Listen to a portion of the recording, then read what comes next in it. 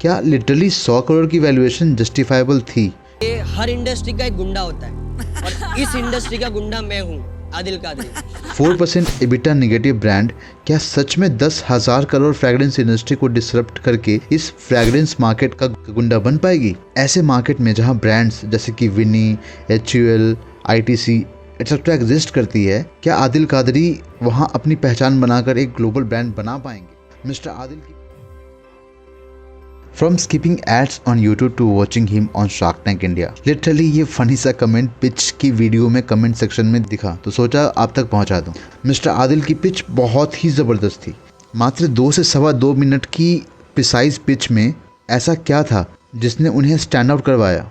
आज हम पूरे तरीके से इनके पिच, बिजनेस एंड उनके प्रॉब्लम तीनों को एनालाइज करेंगे। 2 मिनट का पिच वैसे काफ़ी दमदार था। स्टोरी भी थी, इमोशंस भी थे, जुनून भी था और मोस्ट इम्पॉर्टेंट एलिमेंट्स थे जो डायरेक्टली रखे गए थे। उन्होंने प्रॉब्लम स्टेटमेंट से इमोशन को जोड़ा, अपनी स्ट्रेंथ बताई और फिर सॉल्यूशंस के साथ अपने बिजनेस के अचीवमेंट्स को जोड़ा एंड आखिरी में विज़न, जो कि बहुत ज़्यादा इंपॉर्टेंट होता है कंपनीज के लिए, जिससे फाउंडर्स की सोच पता चलती है, उसके साथ अपनी आस्क रखी जो कि 200 करोड़ के वैल्यूएशन की थी। एंड फाइनली सब कुछ देखने के बाद बस शार्क विनीता ने उन्हें ऑफर दिया 1 crore for 1% with 1% royalty on net revenue till she makes 1 crore. अब अगर इनके बिजनेस को देखें तो इनके प्रेजेंट एंड फ्यूचर प्रोस्पेक्ट को ध्यान में रखते हुए मिस्टर आदिल के लिए भी और शार्क विनीता दोनों के लिए बेस्ट डील थी, क्योंकि अगर इस कंपनी के ऑपरेशंस को देखें, इनकी कैपिटल मेनली लोन्स के थ्रू आती थी और अभी शार्क टैंक में आने के पहले उनकी 6 करोड़ की करंट डेट थी और उसके ऊपर 12% का इंटरेस्ट रेट, और वो हर साल सेल्स बढ़ाने के लिए मेनली मार्केटिंग पर ही डिपेंडेंट। एंड अगर सेल्स प्रोजेक्शन की बात करें तो they were expecting 80 to 90 crore revenue this financial year and Shark Tank में फीचर होने के बाद ये फिगर 150 करोड़ तक भी पहुंच सकता है। और इस हिसाब से अगर 10 से 20 करोड़ का डिस्काउंट भी कर दें,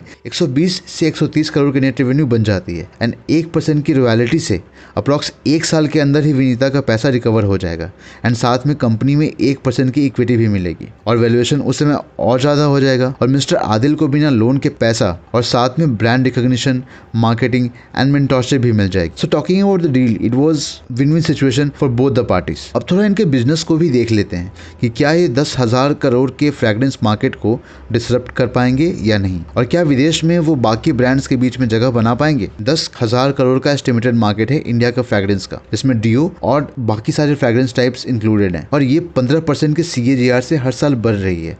मतलब कि इस मार्केट में पोटेंशियल काफ़ी है और इसका इवन 10% भी एक्वायर अगर कर लिया तो लगभग 1,000 करोड़ की कंपनी बन जाएगी। और ये तो बस इंडिया का फिगर है। अभी ये फिलहाल दुबई में भी आउटलेट के थ्रू ऑपरेट कर रहे हैं। अभी अगर आदिल कादरी ब्रांड को देखें तो उनकी USP है unique, long lasting, modern premium अतर with premium packaging and standardise fragrance. वैसे अगर इंडियन मार्केट में ही देखें तो कई और अतर ब्रांड्स एग्जिस्ट करती हैं, like Kastoor, Mir perfumery, Ajmal, Ambreen, Ambrosial, Oud Arabia, हसनाउद, Attar Story, Black Orchid etcetera. लेकिन जो इनको अलग बनाती है वो है इनकी स्टोरी, इनका personal brand and aggressive performance marketing. वो 40% अपने रिवेन्यू का बस मार्केटिंग पर खर्च करते हैं, जिसके कारण उनके पास 70% की ग्रॉस मार्जिन के बाद भी 4% एबिटा नेगेटिव है। लेकिन क्योंकि इनका पर्सनल ब्रांड और फॉलोअर्स काफ़ी स्ट्रॉन्ग है, ये फिगर आने वाले सालों में काफ़ी हेल्प करेगा उनके इस 40% को 10% तक लाने में। प्राइसिंग की अगर बात करें तो प्राइसिंग उन्होंने पूरी प्रीमियम यूज़ की हुई है अपने सारे रेंजेस के लिए। 90% कस्टमर्स उनके अतर के मेन है, क्योंकि मोस्टली अतर मेन ही यूज़ करते हैं। अभी फ़िलहाल वो मार्केट प्लेसेस के थ्रू 3,000 ऑर्डर्स डेली डिलीवर कर रहे हैं और अभी तक वो 10 लाख से भी ज़्यादा प्रोडक्ट्स सेल कर चुके हैं। और इस फाइनेंशियल ईयर की रेवेन्यू प्रोजेक्शन की बात करें तो वो लगभग 90 करोड़ की है, जो कि ईजिली सरपास हो जाएगी due to shark tank effect. दिक्कत ये नहीं है कि ये पूरा इन्फ्लुएंसर लेड या मार्केटिंग लेड ब्रांड है। दिक्कत ये है कि इस सेक्टर में इनका अपना मोट बस इनका पर्सनल इन्फ्लुएंस है, जो कि कोई भी कंपनी आके ब्रेक कर सकती है। मेजर 3 प्रॉब्लम्स दिख रहे हैं इनके बिजनेस में। Number 1 margin, number 2 they are operating in a mass market and number 3 there are so many global players out there जो कि इनके बिजनेस को खा सकती है। मार्जिन तो बन जाएगा विद टाइम, लेकिन global players and mass market वाले प्रॉब्लम से निकलने के लिए उन्हें मास स्ट्रैटेजी अपनानी होगी, लाइक फॉग एंड मामाअर्थ ने किया।